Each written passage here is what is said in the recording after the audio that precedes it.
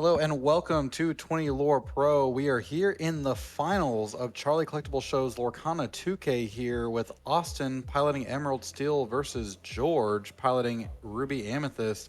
We're getting a peek at George's hand from that Diablo turn 1 from Austin. George, being the higher seed, was able to play first with no turn 1, taking his turn 2 now.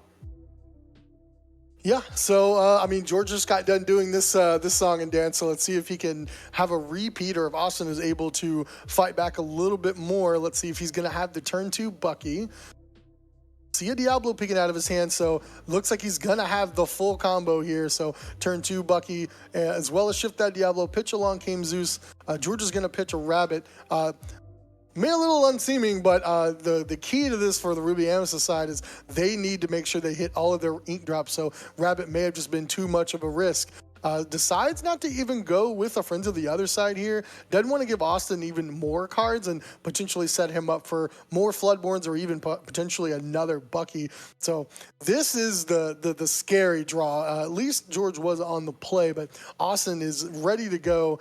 Deployed the perfect start. He's going to ink one of those Tragic Beasts and goes with an Ursula Deceiver. So he does not have a Floodborn for this turn, but Ursula's Deceiver is still scary in her own right.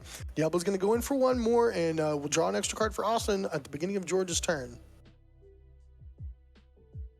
Opts to play a Rabbit, allowing Austin to draw again. Second card during George's turn. Austin here maybe could potentially be seeing here a double Sudden Chill song. We'll see what he decides to do here and what he has. Inks a Ursula, Deceiver of All. Let's see if he's got a song to double sing. Sudden Chill would be pretty solid here, followed by another Floodborn. George was pretty much forced into playing that Merlin Rabbit, so Austin got to draw an additional card. So the Ursula's going to double sing and Let the Storm Rage on, take out the Rabbit, put one more card back into George's hand, but two into Austin's hand. So let's see, surely he's going to have a Floodborn to go with all these cards in his hand, even with that aggressive start, pitching songs to get all that set up. He's still got 6 cards in hand, and it's another Diablo, so George will be forced to discard another card here. It's going to be a Beat King Undisputed. It's a little anemic on this board. Austin's board is so wide, it'd be too many decisions, and George is forced to fire off these friends of the other side before Austin has double Diablo exerted. So Austin getting to draw an additional 3 cards during George's turn is just not where you want to be, but George does have one of those Be Prepareds in hand. He's on 5 ink. He just needs to make it a couple more turns, and he's got a little too many cards, I think, for this one Diablo to handle. If this Ursula Deceiver of All could find a Sudden Chill to double sing, that may help the equation a little bit, or if he can find an Ursula Deceiver to snipe that one song that he needs to get out. But actually, taking a peek at George's hand, I believe he has 2 Be Prepareds again. And that's exactly what he's going to try to get to. So he's going to draw a card. He's going to be able to ink up to 6. Diablo's going to draw 2 more cards for Austin, but we'll see if Be Prepared is going to be enough this game. Because look, Austin is drawing 4 cards between his turn and George's. His hand's going to be completely full, ready to reset again, but he does have the Deceiver, but he's going to see there are 2 of those Be Prepareds. So we'll start out with that. That'll be 1 card less out of George's hand. And he just goes ahead. Yeah, I guess George just went ahead and scooped it up. Yeah, Emerald's still here with Austin, really just having that amazingly quick start. Bucky, Diablo, double Diablo, just... Yeah, and Austin, it looks like there, I couldn't quite see it, was off camera, but he had a second Ursula Deceiver, so he was just immediately sniping both of those Be Prepared out of his hand. And then, yeah, George, he's seen enough. Austin there being on the play is going to be playing again first here in the second game in the finals. Thank y'all so much again for joining us here at 20 Lore Pro. We're here streaming Charlie Collectible Show's Lorcana 2K. We'll also be live next weekend at the Game Castle in Austin, Texas for the Lorcana 1K. So be looking out for that tournament next weekend.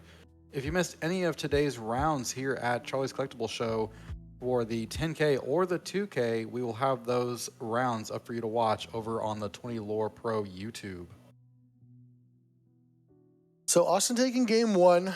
Players are taking a look at some opening hands, get some mulligans going. George will get to choose to be on the play again this game, but he was on the play for game one. It definitely did not go his way. Austin did have pretty much the perfect openings that you could have with that Emerald Steel deck, especially in this matchup. So let's see if George is able to fight back in game two. Just so hard when you have those Diablos out and you get a hand full of cards just like Austin had, even with a Be Prepared that George could have gotten up to. Just having so many follow-up plays after a Be Prepared, it could have gone either way, even if the Be Prepared did land still. And as we saw, it's just too much. Yeah, absolutely, and that's where the idea of this is a bad matchup. But I mean, we've seen the Ruby Amethyst players, including George, just pilot the matchup very well. But sometimes there's just nothing you can do. When Emerald still has that opening, I don't think there's really any deck that can fight back that well against it. So George already got a copy of Be Prepared in his hand. Not really what you want to have in your openings. It's so early it could get hit by a turn 2 Ursula, but no 1-drop. Gonna pass it back over to Austin. Let's see what he's working with. I do see a 2-drop Ursula Deceiver, also a copy of Ursula Deceiver of All. Pretty sure there's a Sudden Chill, there's a Robin Hood, Chairman of Sherwood, gonna go into the Inkwell, and now Austin's gonna get to take a look, see what George is working with that 1-drop Diablo. So we see a copy of Brawl, Be Prepared, Madam M Snake, Flynn Frenemy, Madam Medusa, and the Rabbit.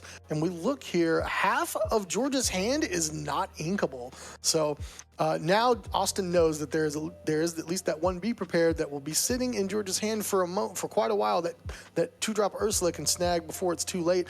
So that doesn't mean he needs to fire it off right here. If he's got a Bucky, the Bucky's going to be a better play to go with here.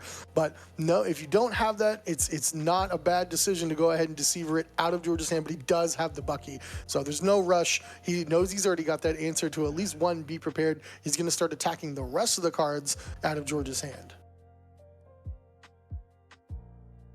I wonder if we're going to see a very similar start here as we saw in game 1 with this turn 2 Bucky. We didn't see the Diablo though, so a little bit of a change up here. Able to see a Friends on the other side from George, drawing him up some cards. And we've seen this has been such a common play out of the Ruby Amethyst all across the board from all the players that we've seen from both events this weekend. I have seen this is turn 3 Friends of the other side, especially when there's no Diablo in play to threaten for them to get to draw the cards as well. Just want to keep those cards in hand, keep inking, try to make it to that end game. So Austin with no Floodborn on turn 3, but we do know there's a Sudden Chill ready to go with that Ursula Deceiver of All. So if Austin is able to find a Floodborn to deploy here, he can double sing the Sudden Chill, get 3 cards out of George's hand, and that's going to hurt. So instead, he's going to go ahead and take out the Rabbit. He's going to deal 4 and draw 2 additional cards. Can wait on potentially that Sudden Chill. If it's not going to be George's final cards out of his hand, there's no rush. You don't need a Sudden Chill right now. But let's see if he's got a Floodborn at least to start getting that Bucky going. George over here on 4 ink, trying to get all the way up. We'll see what he can do here with Austin taking his turn. Does have a second Bucky, making any of his Floodborns that much more potent. Yeah, and we'll see if George is even going to have an answer to this exerted Ursula Deceiver of All. Such a scary character to let sit there and just keep double singing away. So looks like Austin's does it, like you said, has the second Bucky, and maybe potentially has a Shift Diablo here. That would be pretty devastating. Still taking a look, may just be considering his ink options.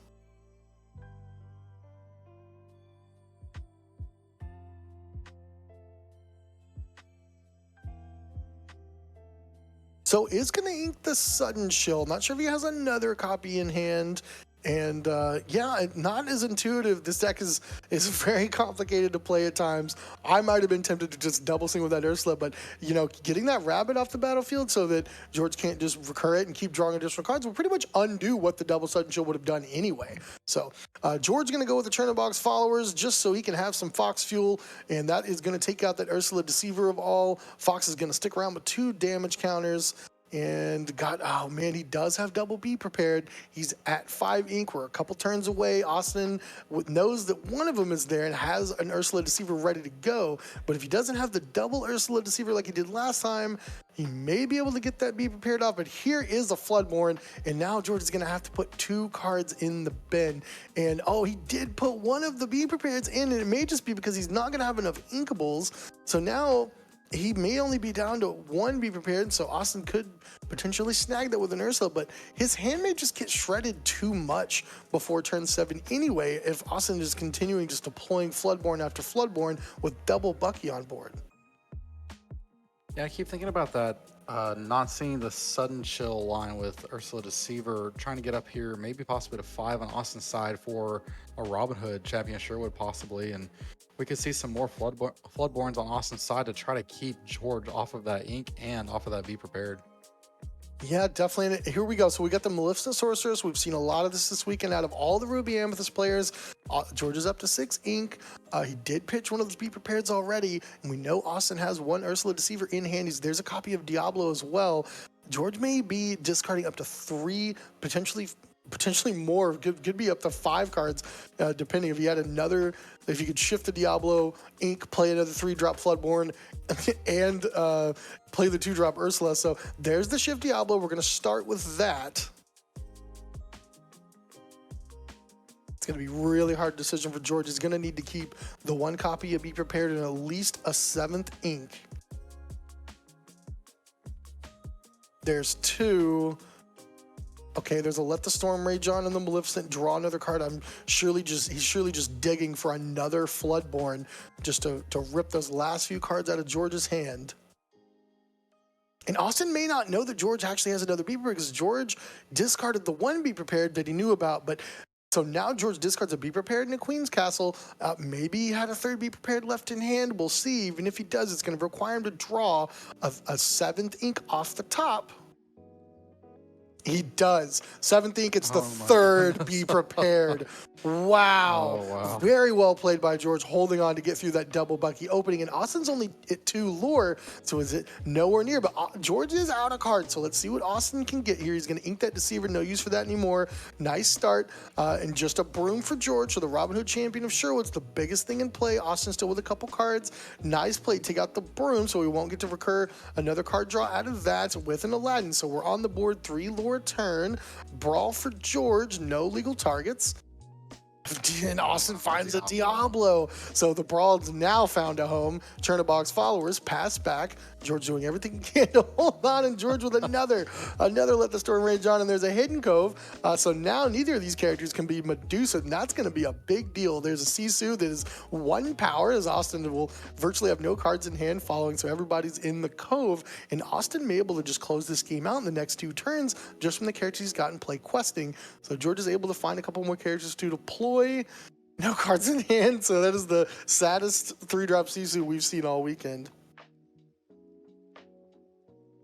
Wow, just what a turnaround here. Just using that Be Prepared, got to it, but not able to just see everything that Austin has now to just recur right afterwards, reforming his board here. Yep, decides to take out the Chernabog's followers with that String of the Raging Fire. Going to go 4 more to 17. George has 1 more turn. Now, he went with the Chernabog's followers. It's the only card on the board that was threatening to give George an additional card draw. He finds a Maui, but that is not big enough to take out the Robin Hood because it's at the Hidden Cove. It's now a 4/7. So that only does 6 damage, which, okay, well, they didn't catch that, but I don't think it's going to matter. He did notice that it does 4 damage. Okay. Well, it's been a long day for both players. I don't think it's going to matter. I think Austin's still going to be able to get it in the next couple turns.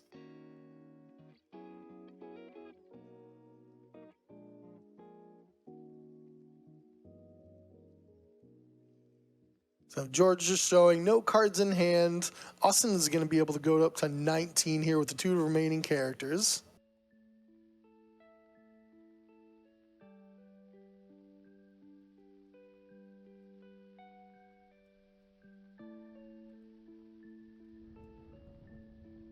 Here's Austin with a Jafar Dreadnought. Yeah, and that's Going going to up be to the 19, game. that is enough. Yeah, so George extends the hand, and Austin is going to win the finals of the Charlie's Collectible Show $2,000 tournament with Emerald Steel Bucky.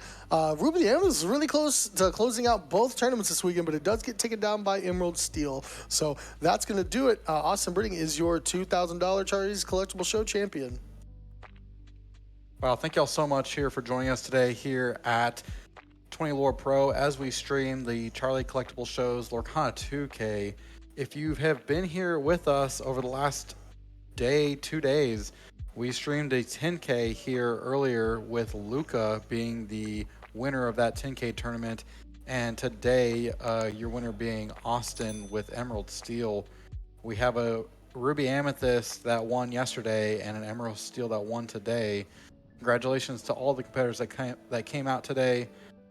We want to thank you, the viewer, for joining us here. If you want to see any of the rounds that you may have missed or want to re-watch them to learn more, you can head on over to 20 Lore Pro's YouTube early this week, and we'll have those rounds available for you to watch.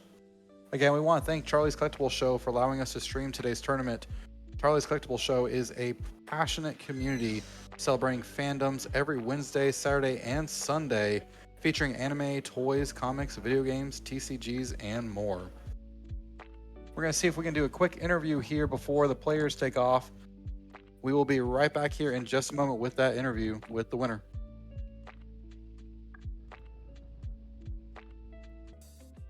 All right, well, after a long day of Lorcana and a long weekend here at Charlie's Collectible Show, I'm here with Austin, the winner of the $2,000 tournament, piloting the Emerald Steel Bucky Diablo list. Austin, how does it feel to be the champion? It feels good. It feels good. So, have you been playing this deck for a while, decided it was the best, or just been a fan for a while? Yeah, I love Bucky. I don't know if everyone agrees with you at this point on loving Bucky, but we've definitely seen the power of it. And we saw a lot of the matchups of Ruby Amethyst versus Emerald Steel, and it looked like a lot of the Ruby Amethyst players had a pretty solid plan going into the matchup. You were still able to overcome it. What were your thoughts going into the Ruby Amethyst matchup in the finals? In the finals, I got really lucky. I got really lucky. I'm gonna be honest with you. My opponent was really good, and I unfortunately saw it every answer. Very cool. Well, congratulations again. One last question. I mean, going forward, would you stay on the deck? And if so, would you make any changes to your deck list? It could always be better. The meta changes constantly. Right now, green steel's to me best deck. So I would keep with that deck. Cool. Wait, congratulations again to you. And that's it from us for this weekend with 20 Lore Pro at the Charlie's Collectible Show tournament weekend. We're going to throw it over to another channel featuring Lorcana if you want to keep watching some gameplay.